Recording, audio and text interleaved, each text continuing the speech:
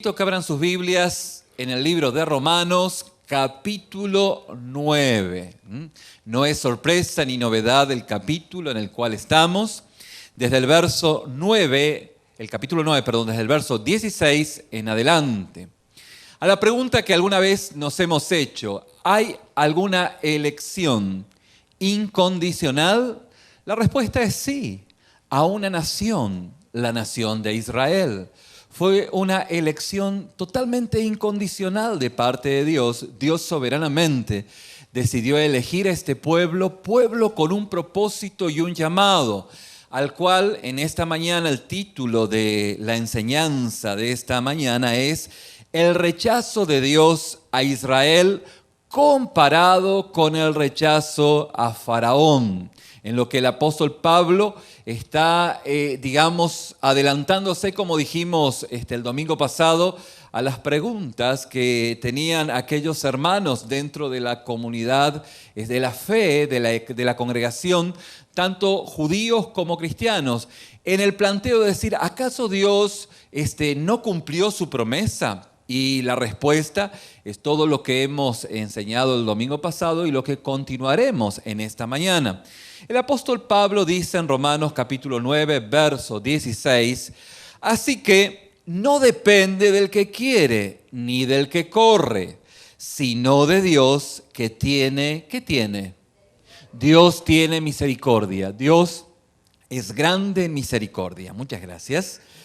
Porque la Escritura dice al faraón, para esto mismo te he levantado, para mostrar en ti mi poder y para que mi nombre sea anunciado por toda la tierra.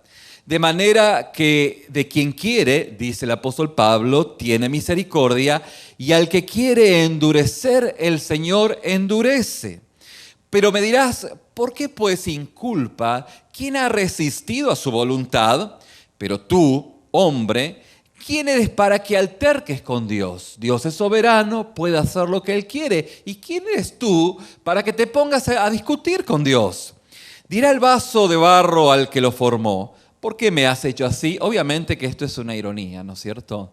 Esto es un planteo de kindergarten, pero el apóstol Pablo no da nada por sentado y obviamente que está sencillamente diciendo esto. O sea, ¿quién eres tú para que alterques con Dios? Y a veces, aunque el apóstol Pablo usa el sentido común, no es el común de los sentidos que el ser humano utiliza en altercar contra Dios. Dirá el vaso de barro al que lo formó, ¿por qué me has hecho así? ¿Por qué no me hiciste diferente? Obviamente que la respuesta sería atentar a su inteligencia al responderla. ¿Acaso, dice el apóstol Pablo, no tiene potestad el alfarero sobre el barro para hacer de la misma masa, un vaso para honra y otro para deshonra? ¿Y qué si Dios, queriendo mostrar su ira y hacer notorio su poder, soportó con mucha paciencia? ¿Soportó con qué? Con paciencia los vasos de ira preparados para destrucción. Él, para hacer notorias las riquezas de su gloria, las mostró para que los vasos de misericordia que había presentado de antemano para gloria, a estos también ha llamado, es decir, a nosotros, no solo de los judíos, sino también de los gentiles. Y cuando habla de los gentiles, está refiriéndose a aquellos quienes no provienen de la etnia judía, sino que se refería a toda la multiculturalidad existente redimida por el favor de Dios, incluyéndolo usted, y en un sentido como el apóstol Pablo dice, bueno, pues también hay un Israel físico, al cual estoy justamente hablando, pero también hay un Israel espiritual que no depende de su ascendencia, ni de su ley, ni de su cultura, sino depende de haberse encontrado con el Dios Todopoderoso. Amén. Dice el versículo 25, como también en Oseas dice, llamaré pueblo mío al que no era mi pueblo, y a la no amada, amada. Y esto responde, o respalda lo que dijimos en segundos anteriores. Y en lugar donde se les dijo, vosotros no sois mi pueblo, allí serán llamados, ¿cómo serán llamados? Hijos del Dios viviente. Dios añada bendición a su palabra. Decíamos el domingo pasado que quienes siguen una interpretación errónea en el versículo 16 del capítulo 9 de Romanos, dicen, hablan de esta manera, diciendo, así que no depende del que quiere ni del que corre, sino de Dios que tiene misericordia. A simple vista, a vuelo de pájaro, pues observan y afirman que el sino, diga conmigo sino. Sino, ¿de dónde se sacó el sino? Hoy va a tener que estar muy atento, porque usted no ha venido a perder el tiempo y vuestro pastor no vino a entretenerlo. Así que es necesario por el Espíritu que esté bien atento. ¿De dónde sacamos el sino? Sencillo. Así que no depende del que quiere ni del que corre. ¿Y qué dice? Sino. ¿De dónde sacamos? De ahí, del versículo bíblico. Bien. Dicen que el texto dice claramente que la salvación no es del que quiere, sino de aquel que tiene misericordia. Entonces yo digo, no depende del que quiere ni del que corre, sino de aquel que tiene misericordia. Pues suena razonable, lógico. Y esto es parte justamente de esa comprensión a vuelo de pájaro. A vuelo de pájaro es una comprensión rápida, ¿sí? La clave y la declaración, en este texto, dicen estas personas, y también podemos nosotros caer en esta interpretación, elimina por completo, diga conmigo por completo. Por completo que elimina ¿qué? La influencia de la voluntad del hombre en la salvación. ¿Por qué? Porque dice que no depende del que quiere ni del que corre, sino de aquel que tiene misericordia. Aunque suena lógico, tenemos que entender lo que significa justamente esa conjugación gramatical, diga conmigo gramatical, lo quiero mantener despierto, ¿sí? En esa composición del Nuevo Testamento que nos ayuda a entender el sentido que la palabra misma está teniendo. La clave para la adecuada comprensión de este versículo crucial, porque es crucial, es reconocer la construcción, no de aquel que dice no depende del que corre, vuelvo a ponerlo por favor, sino de aquel que tiene misericordia. La construcción sería no, sino, de la que estudiamos el domingo pasado. Esta frase dijimos que es muy frecuente en el Nuevo Testamento y se emplea con mucha más frecuencia de lo que nosotros creemos y consideramos. Esta construcción no, diga conmigo no que no elimina uno de sus componentes, sino que utiliza para destacar un factor sobre el otro, le cueste creerlo o no. ¿Bien? No es una declaración de eliminación, por el contrario, declara una importancia que es menor en comparación a otra que es mayor.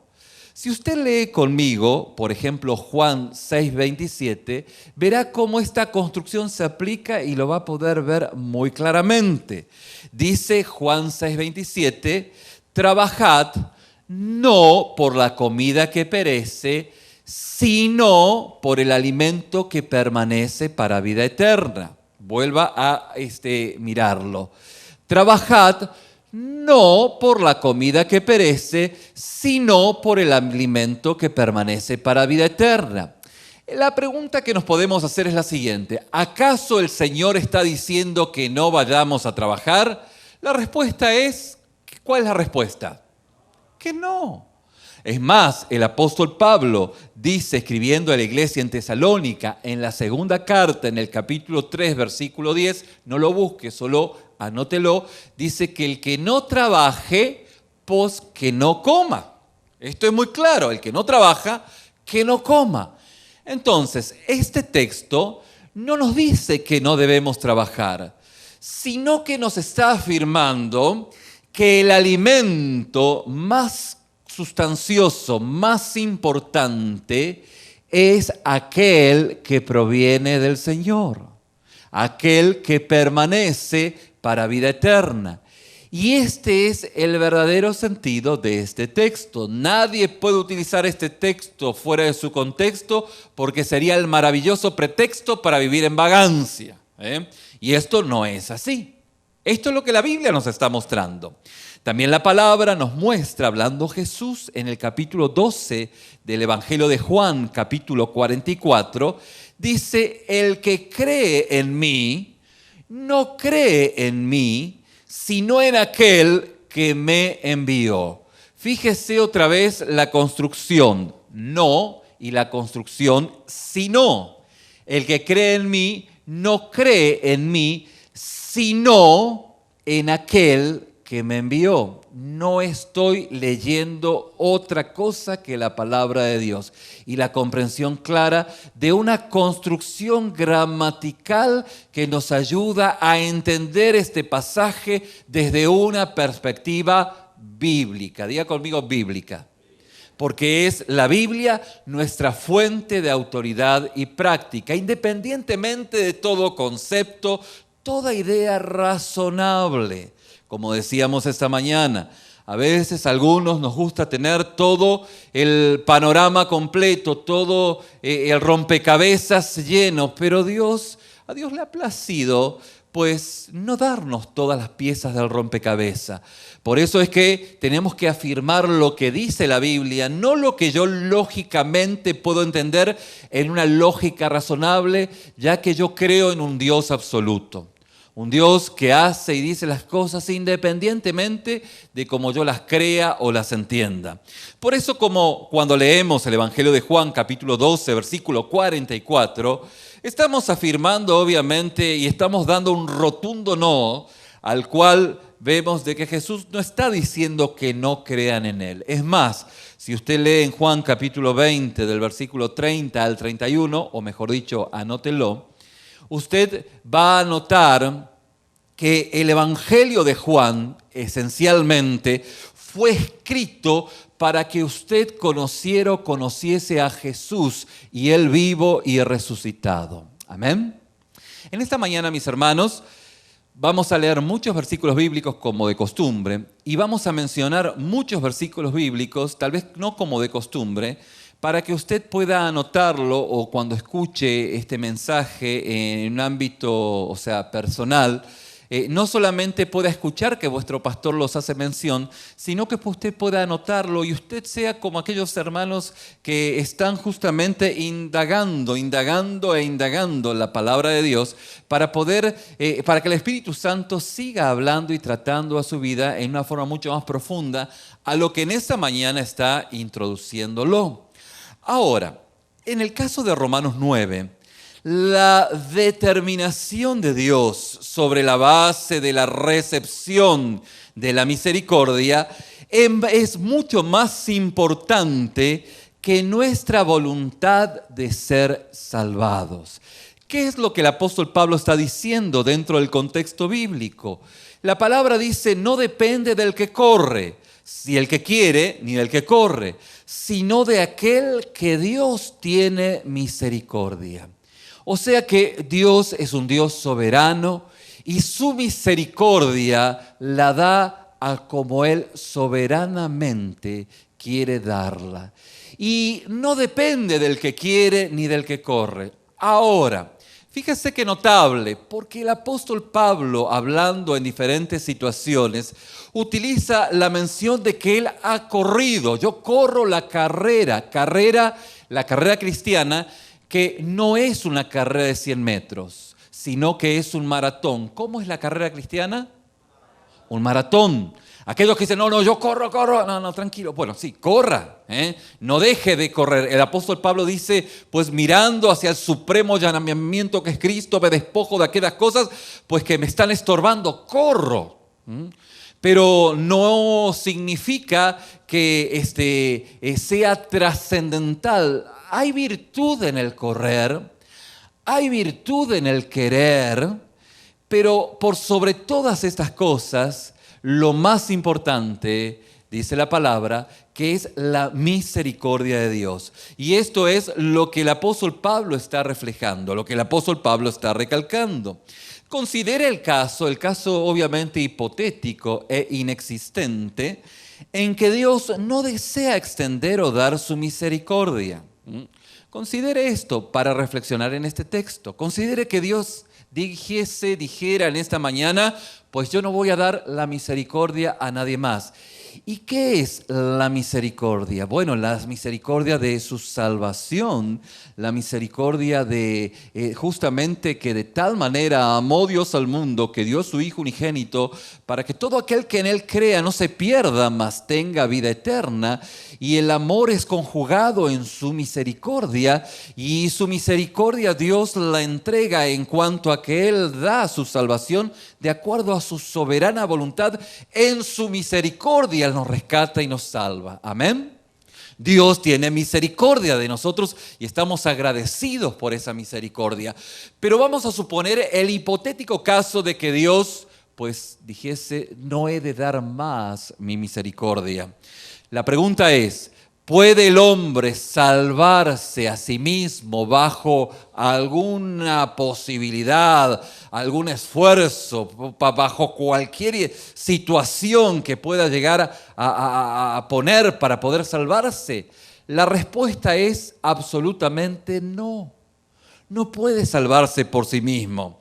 La voluntad de Dios es suprema. No importa que tan esforzadamente un hombre trate de hacer su voluntad, no puede escapar de la justicia de Dios. Ni usted ni yo podemos escapar de la justicia de Dios. Si no, recuerde al faraón, al que vamos en esta mañana a mencionar en muchas maneras, de muchas formas, y vamos a insertarnos, vamos a darnos un clavado en estos textos para comprenderlo dentro de la perspectiva bíblica.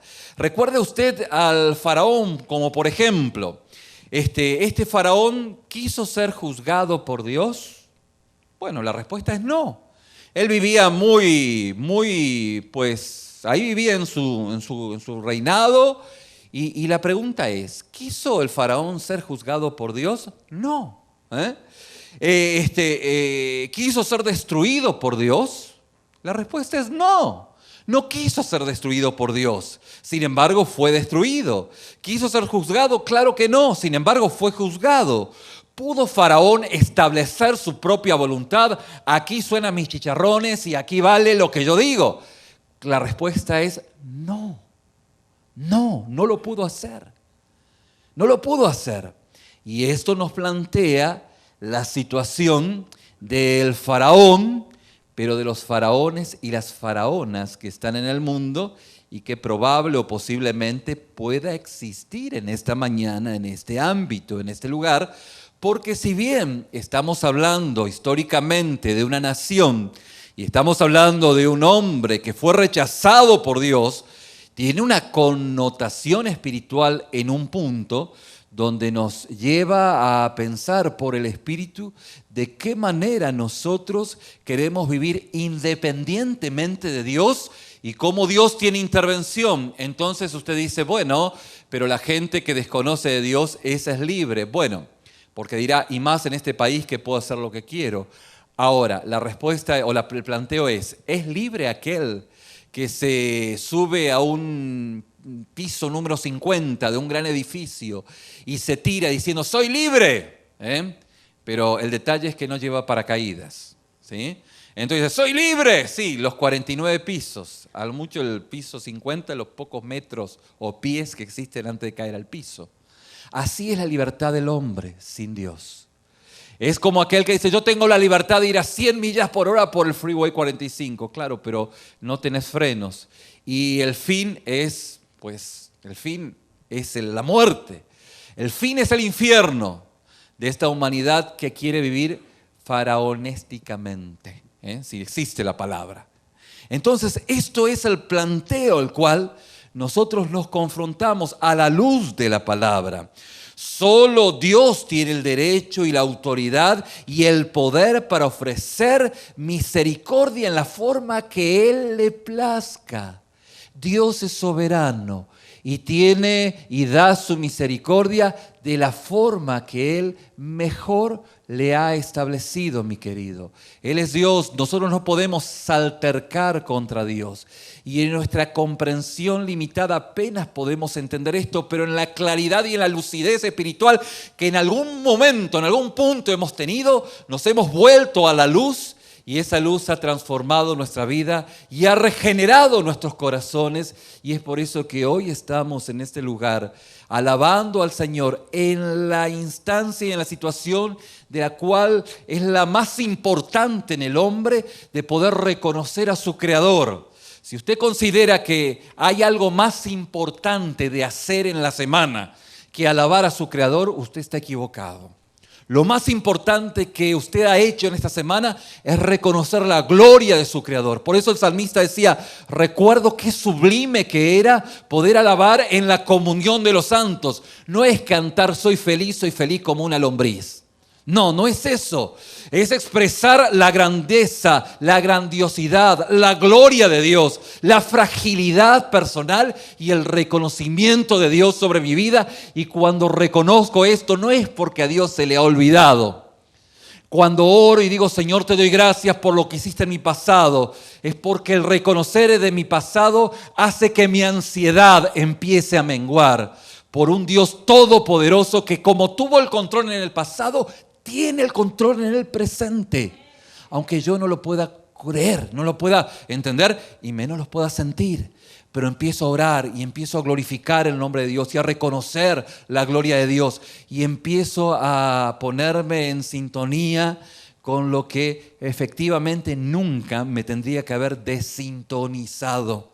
Y eso es parte de esa comunión y ese encuentro al cual tenemos con Dios. Sin embargo, el reconocimiento de la supremacía de su elección de ninguna manera elimina ni excluye, escuche con atención, nuestra opción a elegir. Esto es lo que vamos a ver y estamos viendo a la luz de la palabra. Y a esto, mi querido hermano, no se llama obras. Algún hermano el domingo pasado, muy bien intencionado, muy lindo, a quien yo amo mucho, me dice, pastor, hablando acerca del arrepentimiento y hablando acerca del quebrantamiento, la humildad, podría llegar a considerar y decir, bueno, porque yo tuve humildad y me arrepentí, es que Dios me ha aceptado. Entonces son obras. A lo que la respuesta es clara, sencilla y muy simple, en que una persona arrepentida y una persona humilde no tiene actitudes soberbias. Por el contrario, hay una identidad, hay un corazón quebrantado. No hay virtud en aquel mendigo que está en su mendicidad y viene aquel que va a ser el beneficiario, que es nuestro Señor, y quiere tomarlo de sus manos. Obviamente el mendigo tiene que extender su mano para poder tomar la mano de aquel que va a ser su benefactor. Para entenderlo de una forma más sencilla, es como que si Dios, nuestro Señor, tiene una gran alberca, una gran piscina, un tanque australiano, por decirlo de alguna forma. Y esta piscina es muy honda y el Señor puso un cartel, dice, prohibido no meterse. Entonces la humanidad pues agarró y se metió. Ahora, el Señor nos mira a todos y nos dice, pues bueno, o sea, si se hunden, ese es su problema.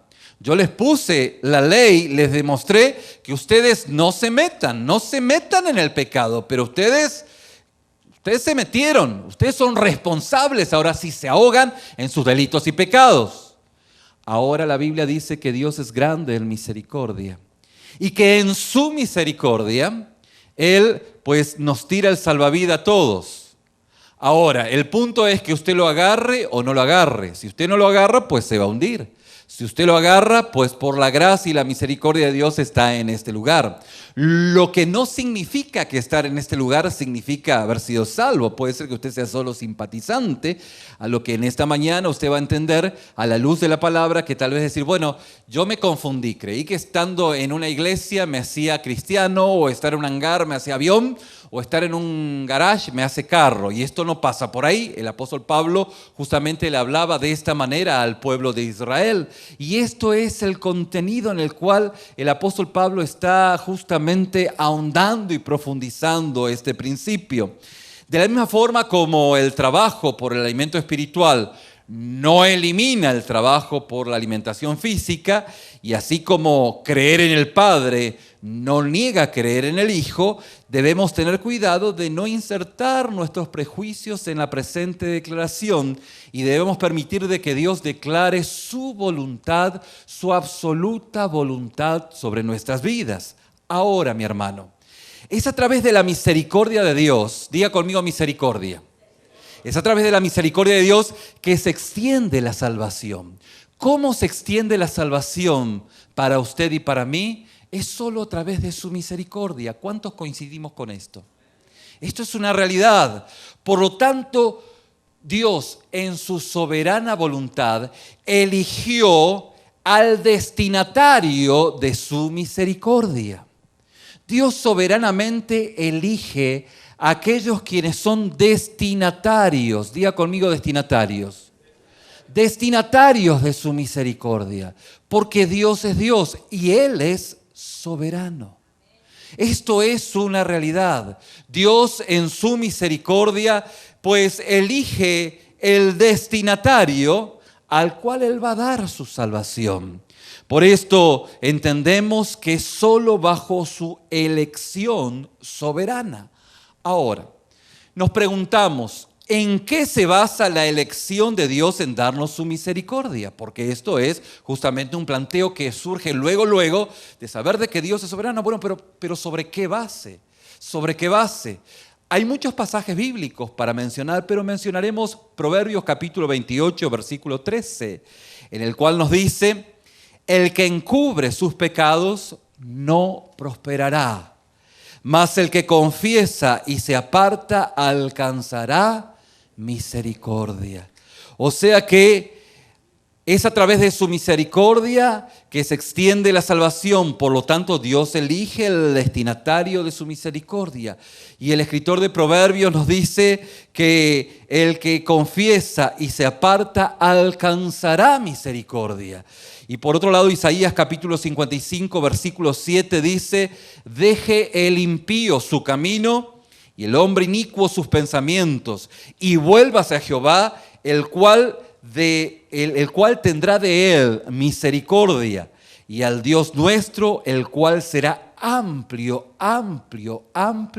en perdonar. ¿Por qué? Porque el apóstol Pedro en 1 de Pedro capítulo 5, versículo 5 nos dice: Dios resiste a los soberbios. ¿Qué hace con los soberbios? Los resiste y da gracia a los humildes. Ahora, la pregunta es, ¿por qué Dios se acerca a algunas personas pero a otras no? ¿Por qué Dios extiende la misericordia y la gracia a algunas personas pero a otras no? Bueno, estos versículos nos enseñan claramente que la humildad y el arrepentimiento son la base de la elección de Dios. La humildad y el arrepentimiento son la base de la elección de Dios.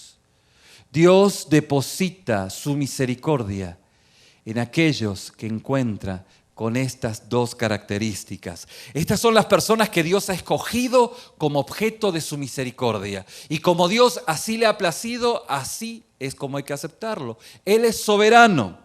El reconocimiento de la supremacía de su elección de ninguna manera elimina ni excluye nuestra opción a elegir.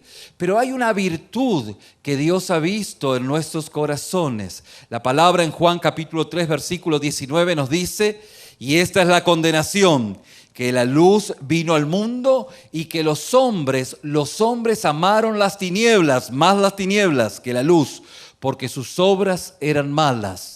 Y en Juan capítulo 3, versículo 16 dice que de tal manera amó Dios al mundo, que ha dado su Hijo unigénito para que todo aquel que en él cree no se pierda, mas tenga vida eterna. Y el mejor ejemplo es el ejemplo que Lucas nos da en el libro de Hechos, en el capítulo 16, versículo 29 en adelante, donde habla acerca de una conversión, la conversión del carcelero, al que en el momento en el cual se abrieron todas las puertas y estando el apóstol Pablo y Silas encarcelados, usted recuerda esa historia, pues estaba a punto de matarse y Pablo dice, no lo hagas, no mueras.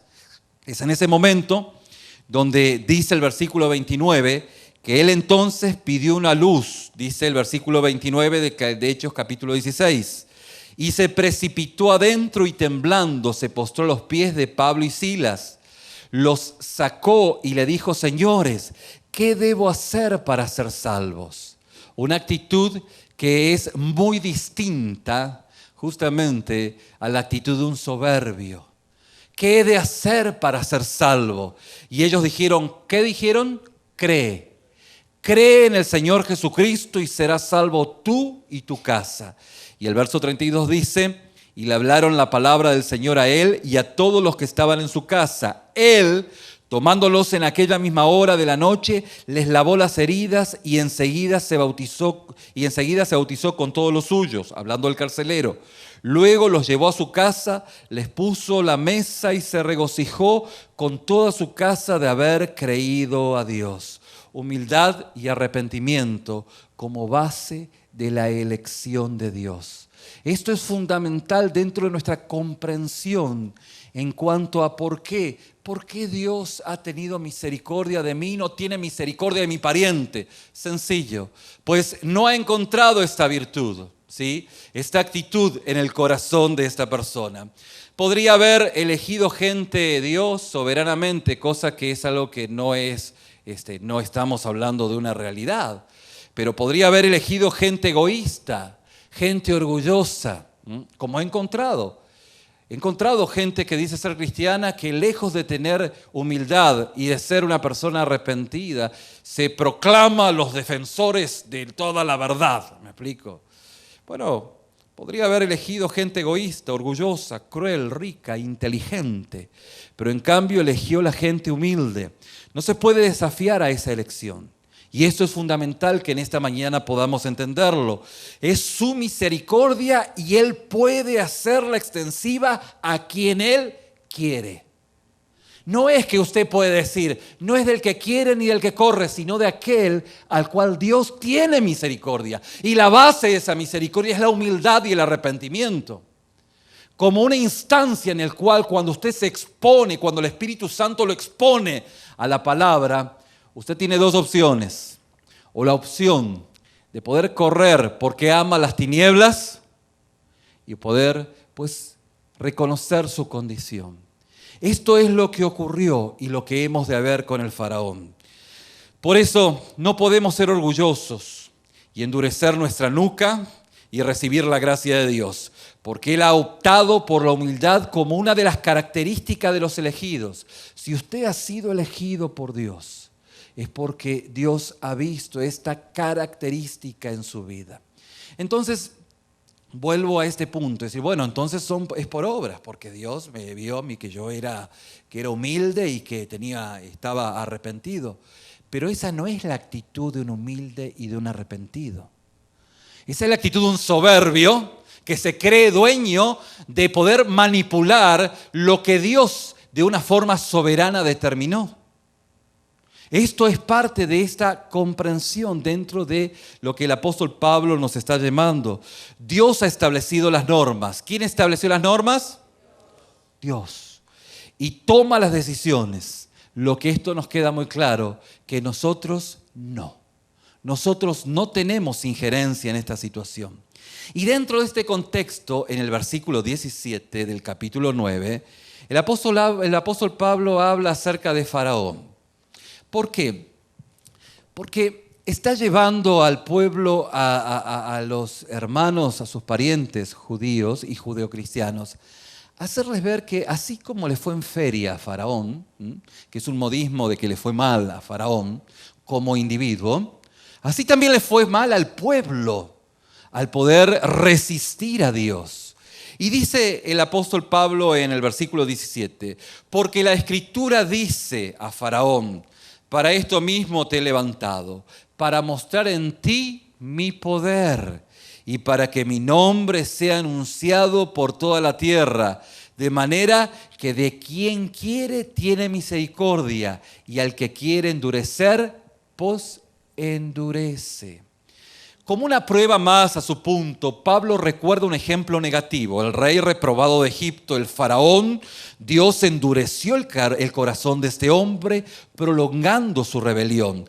De esta forma, Dios lo usó como objeto de su ira para demostrar esencialmente su poder.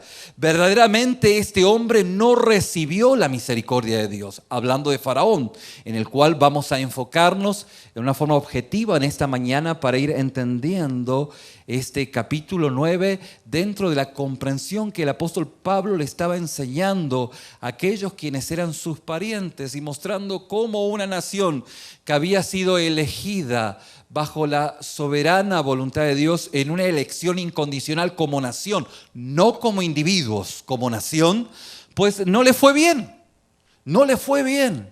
¿Por qué? Porque fue objeto de esa gracia, pero fue una gracia resistida, donde obviamente pues Dios le dio su gracia, pero ellos resistieron.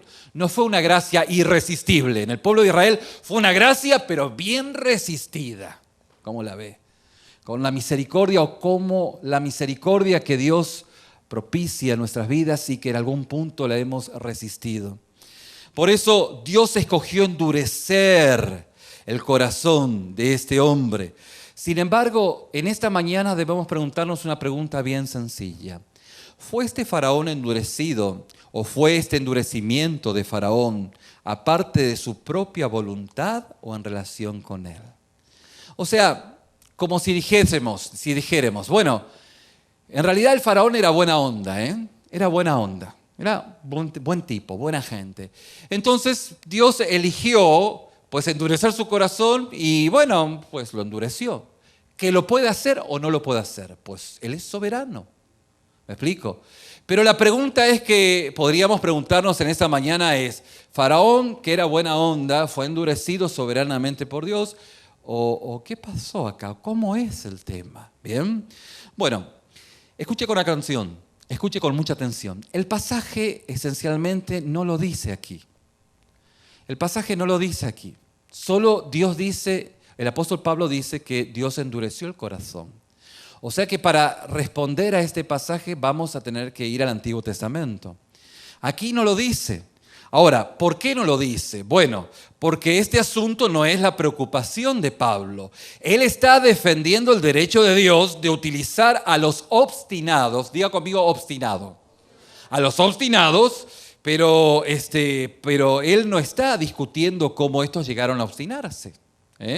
Acá el apóstol Pablo está defendiendo el derecho de Dios de utilizar a los obstinados y utilizarlo para sus propios fines. Dios puede utilizar hasta un diablo, ¿sí? Recuerdo, no sé si será cierto esta historia que una vez me ilustraron, pero me decía que una mujer llamó a una radio cristiana para pedir ayuda, ¿no? Para pedir ayuda, material, pues, ¿no? Entonces resulta de que había un brujo en la comunidad y que el brujo dijo, escuchó la radio cristiana, entonces el brujo dijo, sí, le está pidiendo a esta radio cristiana, le está pidiendo a Dios, pues ahora le va a ver. Juntó a sus brujos y le dijo, tráiganme de todo, vayan a la tienda y tráiganme de todo. Y este brujo agarró y se llevó toda la mercancía, lo que compró en la tienda, sus adeptos, ¿no? sus brujitos, y agarró y fue a la casa de esta señora anciana y le dice, mire, acá tengo todo esto para usted. Y entonces la mujer dice, oh, gracias a Dios. Y este brujo dice, pero ¿sabe quién se lo envía? Y entonces dice, pues no, se lo envía el mismísimo diablo. Entonces la ancianita dice, pues cuando Dios ordena hasta el diablo, pues obedece. Así que como sea, entendiendo dentro de la comprensión de Job, que pues el diablo andaba merodeando la tierra y sus alrededores y Dios le permitió, en su soberana voluntad, pues lo utilizó. Utilizó al diablo para cumplir los propósitos. O sea que Dios es soberano hasta por encima de toda hueste demoníaca. ¿Amén? Fíjese que es tan importante entender esto porque es importante poder ver que este pasaje nos está hablando acerca de la forma en la cual Dios, por encima de un pueblo obstinado y duro, Dios cumplió su voluntad. A él le importó un cacahuate, pero a Dios, no al faraón, a Dios, que sea obstinado, no, porque Dios iba a cumplir su propósito por encima de cualquier adversidad. A lo que esto nos lleva a poder comprender y poder tener sabiduría en las situaciones a la cual día con día estamos expuestos. Ahora, si bien este asunto no es la preocupación del apóstol Pablo, tenemos que respondernos esta pregunta. ¿Era buena onda el faraón y por eso, a pesar de que, yo no tuve nada que ver, habrá dicho el faraón, yo no tuve nada que ver, esto fue culpa de Dios, Él fue el que me endureció en definitiva, ¿no? Bueno, ¿cómo es este tema? ¿Cómo es? Vamos al Antiguo Testamento y ahí sí vamos a responder a esta pregunta. No, obviamente no la vamos a responder en nuestros conceptos, sino en base a lo que dice la Biblia. ¿Bien? ¿Vamos bien hasta acá? ¿Sí? Y me fijé la hora, pero vamos, ya nos vamos pasando, ¿no? Éxodo capítulo 3, versículo 19. Es que no llevamos apuro, pero usted lo veo tan, con sus ojitos. Quien está enfrente ve cuando el interés es de 1 a 10, 2, que está. Bueno, en este caso no veo a nadie dormido, así que vamos a seguir un ratito más, ¿sí? Pero solo un ratito. Éxodo capítulo 3 del verso 19 dice: mas yo sé que el rey de Egipto, dice justamente el Señor, mas yo sé que el rey de Egipto no os dejará ir sino por mano fuerte, pero yo extenderé mi mano y heriré a Egipto con todas mis maravillas que haré en él, y entonces os dejará ir, dice el Señor a Moisés. Recuerde que el pueblo había clamado a Dios y que Dios había escuchado a su pueblo y que envió a Moisés. Usted va a leer Éxodo capítulo 1, 2 y 3 y va a ser ilustrado. Hoy por razón de tiempo no hay tiempo para leer todos estos textos, como dije al principio, pero usted va a ser ilustrado en cómo Dios escogió a Moisés y lo llevó conforme a sus propósitos. Y luego dice que en Éxodo capítulo 4 del verso 21, unas hojas más adelante, dice que dijo Jehová a Moisés: cuando hayas vuelto a Egipto, mira que hagas delante de Faraón todas las maravillas que he puesto en tu mano. Dice la palabra: pero yo, hablando el Señor, endureceré su corazón, de modo que no dejará ir al pueblo. Y dirás a Faraón: Jehová ha dicho así: Israel es mi hijo, mi primogénito. Yo te he dicho que dejes ir a mi pueblo para que me sirva, mas no has querido dejarlo ir. He aquí, yo voy a matar a tu hijo primogénito. Y luego en Éxodo capítulo 5, va siguiendo la secuencia de la historia, ¿sí? En Éxodo 5, del versículo 1 y 2, dice: después Moisés y Aarón entraron a la presencia de Faraón y le dijeron: Jehová, el Dios de Israel, dice así: deja ir a mi pueblo a celebrar fiesta en el desierto. Y Faraón respondió: ¿quién es Jehová para que yo oiga su voz y deje ir a Israel? ¿Quién es? Dígame, ¿quién es? Para mí no es nadie. Yo no conozco a Jehová, ni tampoco dejaré ir a Israel. ¿Cómo la ves, Moisés? ¿Cómo la ves? Ahí sí, me importa un cacahuate quién es Dios, no me importa. Aquí suena mi chicharrón, dice Faraón. Aquí lo que yo digo se manda, y solamente suena mi palabra. Esto es lo que el Faraón justamente, palabras más, palabras menos, dijo, ¿no es cierto? Entonces, la pregunta es: ¿cuál fue el resultado de un mandamiento y advertencia de parte de Dios? Bueno, Fue el mismo resultado que se produce cada vez que un hombre orgulloso o arrogante recibe un mandamiento, una advertencia de Dios. Le importa un cacahuate.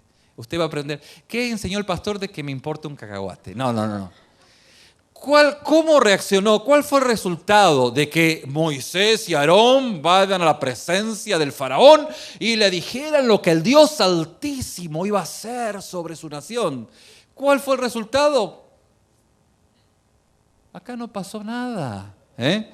El mismo resultado que se produce cada vez que un hombre orgulloso o arrogante recibe un mandamiento o advertencia de Dios. Dios primero utilizó el orgulloso corazón del faraón simplemente mediante la emisión de una orden bajo la advertencia de graves consecuencias por no obedecer lo que Dios había determinado. Ahora, ¿significa esto que Dios fue responsable de la culpabilidad del corazón endurecido del faraón? La respuesta es no. No. Es que tenía un corazón totalmente endurecido. En primer lugar, debemos recordar que el faraón ya había demostrado ser muy malo. Demasiado malo, horriblemente malo. Y vamos a recordar algunas cosas para poder afirmar lo que estamos diciendo. Vamos a comenzar con su padre. Su padre, el anterior faraón, tuvo miedo de los israelitas y los sometió a un trabajo severo y a la esclavitud. Usted lo encuentra esto en Éxodo capítulo 1, del verso 8 al 14. Cuando esto no logró reducir su número, porque se dio cuenta que los israelitas eran como los hispanos, ¿sí? Tenían una familia de 10, ¿sí? Y en ese sentido somos muy parecidos, ¿no es cierto? ¿Sí? Pues bueno, a este, iba a decir gringo, pero no es gringo, era un faraón. Pues tuvo miedo, y ¿qué empezó a hacer? Pues dio instrucción a las parteras hebreas de matar a los niños nacidos varones. Usted lo encuentra en Éxodo capítulo 1, del verso 15 al 21. Si no los podemos deportar, pues los vamos a matar. No dijo eso, ¿no? Pero eso fue lo que hizo. Éxodo capítulo 1, del verso 15 al 21. Cuando no se pudo ejecutar su orden, porque las parteras no eran, eran egipcias, pero no eran asesinas. Gracias. No eran asesinas.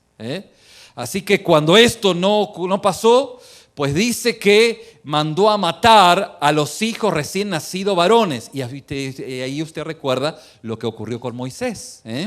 Que una madre, de una forma muy digamos, ingeniosa, se la ingenió por la gracia de Dios en poner a su hijo en un Moisés y para que fuera liberado. Y después usted sabe que el mismo Moisés encontró a la hija del faraón y entró sin querer queriendo a la casa del faraón. Y ese sería tema para otra predicación. Bien, pero ¿qué ocurrió? Cuando no se pudo ejecutar su orden, mató a todos los hijos de Israel y a todos los hijos menores los mandó a matar. Esto está, como dije, en Éxodo 1:21. Finalmente, este rey murió. Y el faraón que estamos mencionando ahora es su sucesor, no es es su sucesor. Ahora, yo le hago una pregunta en este punto. ¿Acaso el faraón nuevo reconoce la gravedad de la esclavitud de los israelitas? ¿Reconoce que su padre se le fue la onda, se le fue la mano y lo sometió demasiado? ¿Reconoce la crueldad de su trabajo, la maldad de su control de natalidad en la población israelita? La respuesta es no. No le importó. Lo que hizo el padre, pues dijo, está bien hecho, está muy bien hecho. De hecho, vemos que los israelitas clamaron al Señor bajo el gobierno de este rey por su cruel esclavitud. Nos dice Éxodo capítulo 2, verso 23. Aconteció que después de muchos días murió el rey de Egipto. Algún israelita pudo haber sido, wow, gloria a Dios, murió el rey. Pero fue de Guatemala a Guatepeor. Los hijos de Israel que gemían a causa de la servidumbre clamaron y subió a Dios el clamor de ellos desde lo profundo de su servidumbre.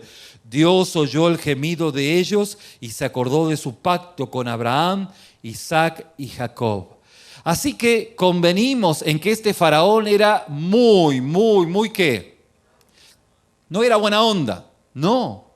Era peor que su antecesor, peor todavía, el anterior que estaba anteriormente. No hay indicaciones de que se disminuyera cualquier labor. Además, después de que Moisés habló con él y que le dijo, me vale un cacahuate, el faraón acusó a la gente de pereza e inactividad y, como dice Éxodo capítulo 5 del 4 al 19, ordenó aumentar su trabajo al obligarle a buscar paja para los ladrillos, y los líderes de los israelitas fueron golpeados por no cumplir las exigencias del faraón. Y esto fue lo que ocurrió con este hombre. Verdaderamente este hombre demostró ser muy, muy malo mucho antes de que Moisés pronunciara una sola palabra delante de él. Era malo con mayúscula, aún antes de que Dios le haya dicho cualquier cosa. En segundo lugar, el endurecimiento de Faraón no se llevó a cabo en contra de su voluntad o fuera de ella. Escuche con atención. No se llevó a cabo fuera de su voluntad. Si bien usted va a encontrar que 10 veces, en 10 oportunidades diferentes, la Escritura habla de que Dios endureció el corazón de Faraón, y usted dice, ¿dónde lo dice la Biblia? Bueno, lo dice en Éxodo, capítulo 4, versículo 21 al 23, lo dice en Éxodo, capítulo 7, del versículo 1 al 6, lo dice en Éxodo, capítulo 9, versículo 12, en el capítulo 10, versículo 1, en el 10, capítulo 1, versículo 1 y versículo 20 y 27, lo dice en Éxodo, capítulo 11, versículo 10, lo dice en Éxodo, capítulo 14, versículo 4, y lo dice en Éxodo, capítulo 8, versículo 17. Y aunque usted dice, ¿para qué lo dice? Lo digo para que usted, cuando empiece a remirarlo o releerlo o reescucharlo en su casa, sepan dónde lo dice. Bien. En estos 10 versículos que leímos y dijimos y hicimos mención anteriormente, nos muestra de que efectivamente Dios endureció el corazón del faraón. Pero también hay otros 5 versículos en los cuales nos dice la palabra de que Faraón endureció su corazón. Él endureció su corazón. Esto figura en Éxodo capítulo 5, versículo 2, en Éxodo capítulo 32, Éxodo capítulo 5, versículo 2, Éxodo capítulo 9, versículo 34, en Primera de Samuel capítulo 6, versículo 6, y en Éxodo capítulo 8, versículo 32, como lo hice mención, y en Éxodo, capítulo 8, versículo 15, donde dice, pero al ver el faraón que le había dado reposo, endureció su corazón y no lo escuchó tal como Jehová lo había dicho. De este hecho, las Escrituras establecen un patrón de plagas. Y vemos cómo las plagas se fueron dando y cómo se fue endureciendo. Y hay un patrón que usted lo va a ver. Y de esta forma usted va a ver cómo finalmente el faraón rogó a Moisés poner fin a las plagas con la promesa de dejar ir al pueblo. En una ocasión el faraón confesó que había pecado, de hecho, y es a partir de esta ocasión donde Pablo utilizó esta cita. Dice Éxodo capítulo 9 del verso 22 al 28, espero que no lo haya mareado con Éxodo, ¿sí? Éxodo capítulo 9 del verso 22 al 28, y Jehová dijo a Moisés, extienda tu mano hacia el cielo para que venga granizo en toda la tierra de Egipto sobre los hombres y sobre las bestias y sobre toda la hierba del campo en el país de Egipto. Y Moisés extendió su vara hacia el cielo y Jehová hizo tronar y granizar y el fuego se descargó sobre la tierra y Jehová hizo llover granizo sobre la tierra de Egipto. Hubo pues granizo, fuego mezclado con el granizo tan grande cual nunca hubo en toda la tierra de Egipto desde que haya sido habitada. Y aquel granizo hirió en toda la tierra de Egipto todo lo que estaba en el campo, así hombres como bestias, le fue como en feria. Para decirlo sintéticamente, una frase más corta. Bien. Y fíjese qué notable, solamente, diga conmigo, solamente en la tierra de Gosén, donde estaban los hijos de Israel, no hubo granizo. ¿Cómo la ve? ¿Cómo Dios cuida a sus hijos? En su providencia. Solamente Entonces Faraón envió a llamar a Moisés y a Aarón y les dijo, la he regado, he pecado, perdón, esta vez, me he equivocado, he pecado. Jehová es justo y yo y mi pueblo impíos. Orad a Jehová para que cese los truenos de Dios y el granizo, y yo os dejaré ir y no os detendré más. Bueno, ya me ganaron, me cansaron, ahora se van. Me di cuenta que me fue como en feria, ahora se van. La pregunta es, ¿se fueron? No. Ahora, Dios advierte a Faraón que él podía destruirlo inmediatamente, fulminantemente. Y la cosa es que la cosa no terminó ahí, porque otra vez el Faraón endureció su corazón. Y como usted lee en Éxodo del 29 al 35, otra vez y otra vez. ¿Hasta cuándo? Pues hasta la última plaga, la muerte de su primogénito, que ahí definitivamente tomó la determinación de dejar ir al pueblo. Pero también a él no le fue bien, porque después se arrepintió y siguió al pueblo de Dios. Ahora, vemos cómo las acciones de Dios hacia el faraón hacen a Dios como aquel que tuvo misericordia en referencia a este hombre. ¿Por qué? Porque hay algunas personas, aún dentro del ámbito cristiano, que dicen, bueno, en realidad hay una responsabilidad de parte de Dios en todo esto. Dios es responsable porque Faraón se endureció. La respuesta es no. No hubo responsabilidad. Dios le tuvo misericordia. O menosprecias la riqueza de su benignidad, paciencia y longanimidad, ignorando que su benignidad te guía al arrepentimiento. No seas obtuso. No es que Dios te da chance para pecar. Él, a través de la misericordia que te tiene, de que no te pone el pie encima y te fulmina, es para que te arrepientas, no para que hagas del pecado un deporte. Y en los faraones de la actualidad, los faraones contemporáneos, dicen, no, si Dios no existe, al fin y al cabo peco y hago. No. O menosprecias la riqueza de su benignidad, paciencia y longanimidad, ignorando que su benignidad te guía al arrepentimiento. Pero por la dureza y por tu corazón no arrepentido, atesoras para ti mismo ira para el día de la ira y de la revelación del justo juicio de Dios, el cual pagará cada uno conforme a sus obras.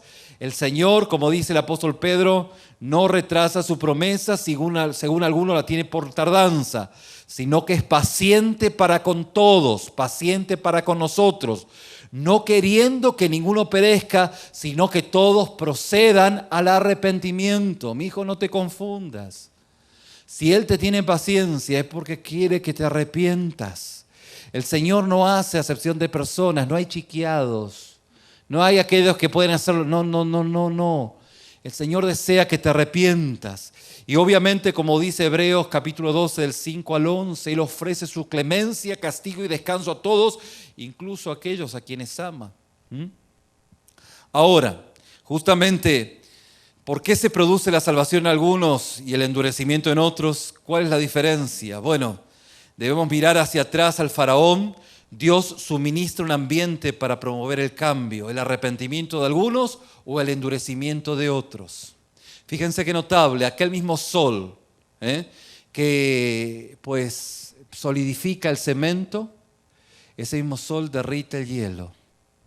¿Cuál es la diferencia? La esencia de los dos. Pues Dios elige dar misericordia a aquellos que se arrepienten y tienen un corazón quebrantado, un corazón humilde, que ven su necesidad, que el Espíritu Santo obviamente toma la iniciativa y Él es el que pues empieza a tratar con nosotros, a reprendernos, y a partir de ese punto, aquel que ama más las tinieblas como el cucaracho se esconde porque le gusta. Y aquel que por darse cuenta de su condición reconoce, se expone, es aquel al cual Dios bendice con su misericordia.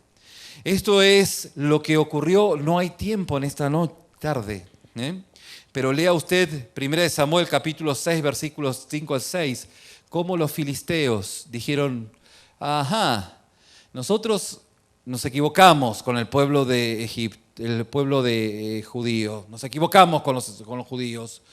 O sea, le pegamos duro, le ganamos y nos llevamos el arca del pacto y ahí lo pusimos. Y el arca del pacto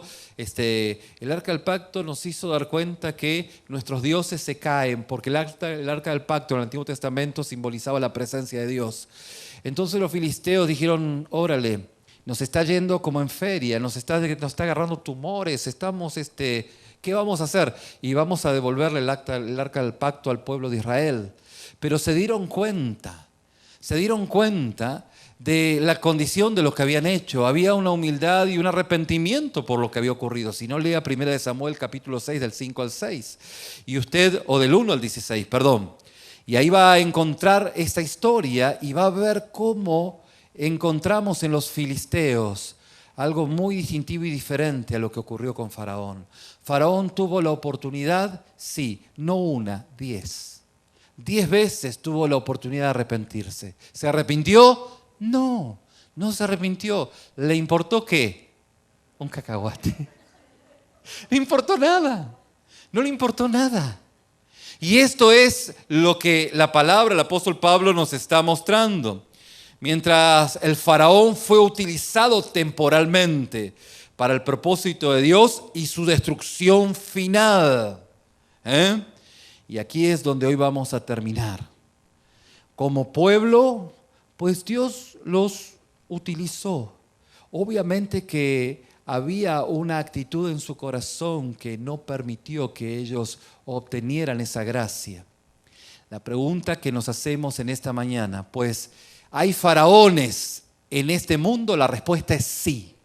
Faraones que su corazón malo es tan malo aún antes de haberle predicado el evangelio. Hay malos como los filisteos, que se dieron cuenta que las experiencias de la vida, los tumores, las circunstancias, los llevan a decir, sí, la verdad que vamos a tener en este kairos, en este tiempo de Dios, en el cronos, en el kairos de Dios, ¿qué hacemos? ¿Nos volvemos a Dios o seguimos nuestro camino? ¿Hay una acción humana? Claro que sí. Claro que sí. Pero no es una obra para nada, porque el que es humilde y que tiene un corazón quebrantado no tiene la soberbia. Dice, yo me arrepentí, así que yo me merezco. No, no es esa actitud, es incongruente. Aquel que tiene un corazón arrepentido, y cuando digo arrepentido, no es el bla, bla, bla, bla, bla. Le decía esta mañana a los hermanos en el discipulado que había un hermano que está aquí presente, que me trajo a otro hermano, a otra persona, y me dice, pastor, le prediqué a este hermano, a esta persona, es un hermano en la fe. Y usted sabe que, pues bueno, en mi caso, yo como pastor escucho, o sea, el léxico de hermano lo escucho en todos lados, o sea que por ahí quiero ver si es tan hermano como hermano dice ser, ¿no es cierto? Entonces le di el beneficio de la aprobación y le digo, ¿cómo le va, hermano? Y él me saluda, ¿cómo le va, pastor? Entonces rápidamente le digo, oye, ¿y cómo fue su conversión? A lo que esta persona me dice, sorprendida, me dice, pastor, usted tuvo la experiencia de haber reconocido lo mugroso y lo pecador que usted era. Y empezó a llorar. Y yo lo abracé y le digo, efectivamente, usted es un hermano. ¿Por qué? Porque había genuino arrepentimiento. No es el bla, bla, bla. ¿Me explico? El que genuinamente se ha arrepentido tiene una actitud, tiene un corazón quebrantado y humillado. El otro le vale un cacahuate. Le importa nada y todavía dice ser que es cristiano. ¿Por qué? Porque alguien le dijo que es cristiano. Pero su vida es un desastre. Desde su vida moral, su vida personal, le importa solamente venir, mirar, exponer lo que sabe, pero vivir una vida totalmente inmoral en su vida personal, donde se lo pasa siendo administrado por la televisión, hablando malas palabras, hasta bebiendo, fumando y drogándose. Y después viene y dice, no, yo no soy cristiano. Oiga, no estamos jugando. El que se arrepiente es aquel que encuentra la misericordia de Dios y tiene un corazón humilde y es guiado y gobernado por el señorío de Cristo. Por eso que el mundo tiene faraones y faraonas. Habrá en esta mañana algún faraón o faraona en esta mañana? El Espíritu Santo tiene que obrar en su vida y obviamente y exponerlo en su condición. Si usted mira para atrás y encuentra pura devastación, ahí Dios nos tuvo, quédese tranquilo. El agua y el aceite no se mezclan, Dios nos respalda una vida de pecado. Usted puede decir, yo soy. Bueno, no es así. Solo hay aquel que es objeto de la misericordia, de la salvación de Dios, la base de la misericordia, de la salvación y de su misericordia a través de la salvación, es un corazón contrito, humillado. Es el quebrantamiento, es la humildad de reconocer mi condición. Obviamente el Espíritu Santo me expone, pero al final del día el Espíritu Santo expone a tantos faraones que hay en este mundo y ellos, como aman más las tinieblas, les dicen, ahí te veo, ahí te veo. Y el Señor le dice, ahí te veo. El Señor no está obligado a darle arrepentimiento a aquel que hace de su vida un deporte, un pecado, un deporte. Puede que ese jamás encuentre genuinamente el poder arrepentirse, porque no le nace arrepentirse. Aún con lágrimas va a querer arrepentirse, pero Dios no le da la posibilidad de arrepentimiento. Y esto es justamente a lo cual en esta mañana tenemos que prestar atención. Si usted justamente es un hijo de Dios, estas dos características tienen que ahondarse y profundizarse. Ese constante arrepentimiento con un corazón humilde, donde la humildad, como lo dijimos en diferentes oportunidades, la humildad tiene que ver con el reconocimiento de quién es Dios y quién soy yo, y está acompañado de mansedumbre. Y esa mansedumbre es como aquel jinete que guía al caballo, y que el caballo va para allá, pero es como que quisiera, pero obviamente quiere porque el jinete le indica. Esa mansedumbre que tenemos por el Espíritu, en ser guiados por el Espíritu, en aquellos cambios y transformaciones que solo Dios puede hacer por la obra del Espíritu Santo. ¿Cómo la ve? Por esto es que es fundamental. Usted dice, yo conozco a muchos faraones, sí. Conozco a muchas faraonas, sí. Puede que a uno de esos faraones se convierta en algún filisteo que de repente reconoce y Dios obra. Pero el punto es, si usted en esta mañana sigue convencido de que es un hijo de Dios cuando es un faraón, una faraona, ¿por qué? Porque directamente de la humildad y el quebrantamiento es algo que lo escuchó, pero que nunca lo vivió. Que no hay esa comprensión de haber sido perdonado, redimido, transformado por el poder de Dios. Y que esto lo lleva a esas buenas obras a las cuales Dios preparó de antemano para que anduviéramos en ellas. Y esto hace una vida de servicio, una vida de santificación, porque la voluntad de Dios es vuestra santificación. Sin más, es que usted se parezca día con día más a Cristo. Y en este proceso, usted sabe que Dios lo ha redimido, que usted es uno de los elegidos, porque ha tenido estas dos características que son clave en la elección de Dios. Mientras que usted siga con la cabeza bien parada, bien erguida, y crea que es un hijo de Dios, mi querido, se está equivocando. Dios mira de lejos a los soberbios, pero mira muy de cerca a aquellos que son humildes, aquellos que tienen esta condición innata para poder ser parte de esa soberana elección de parte de Dios. Yo le invito a que incline su rostro, vamos a orar. Hay mucho más para decir, pero nos llevamos apuro. Padre, en esta mañana te rogamos, Señor, que tú nos ayudes por tu Espíritu a poder entender que el que encubre su pecado no prosperará, mas el que lo confiese y se aparte alcanzará misericordia.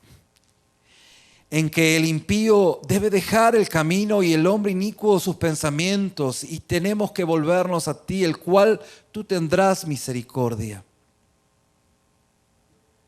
Señor, permite entender en el Espíritu estas verdades a las cuales muchos de tus hijos ya han sido expuestos, pero afirmarlas en sus corazones. ¿Por qué? Porque tú resistes a los soberbios y da gracia a los humildes. Y Padre, tú nos enseñas claramente que la humildad y el arrepentimiento son la base de tu elección. Aquellas son las personas que tú has escogido como objeto de tu misericordia. Tú has tenido misericordia sobre esta base, que en algún momento de nuestra vida ha ocurrido. Pero Señor, en lo personal, yo soy consciente que en esta mañana algunos están descubriendo que en su corazón no hay humildad y jamás se han arrepentido como tu palabra dice, porque tu Espíritu los ha expuesto claramente a su vida de pecado, sin justificar lo injustificable. Y Padre, con un corazón contrito y humillado en esta mañana están clamando. Obviamente están corriendo, están queriendo, pero no depende del que quiere ni del que corre, sino de ti, Padre, que tienes misericordia. Y Señor, en esta mañana te ruego, Padre, que sean tus hijos, aquellas personas que han de ser tus hijos, quienes han de, tomar de esta misericordia, de esta salvación que tú nos das por misericordia. Padre, es tu Espíritu quien está confrontando a quienes están en este lugar en su condición pecaminosa. Yo te ruego, Señor, que sea tu gracia la que en esta mañana esté, Señor, operando en sus corazones y tú los hagas renacer a una novedad de vida. Padre, en el nombre de Jesús. Y si usted en esta mañana quiere entregar su vida a Cristo porque está entendiendo en qué condición está delante de Dios, el Espíritu Santo le ha mostrado que usted jamás se ha arrepentido, que ha repetido como un lorito historias, oraciones, rezos, pero que por el Espíritu Santo en esta mañana usted está entendiendo que usted está en una condición muy complicada y compleja delante de Dios, que usted hace de su vida lo que le importa a usted, pero no vive bajo el señorío de Cristo. En esta mañana, con sus palabras o con las mías, usted puede decirle: Señor Jesús, te pido perdón por mis pecados, te pido que vengas a entrar en mi vida, te recibo. Padre, te abro la puerta de mi corazón. Padre, en el nombre de Jesús, reconozco mi condición y reconozco que tú en esta mañana puedes empezar a guiar mi vida. Me siento en el asiento del acompañante, Padre, porque en realidad quien puede conducir mi vida eres tú.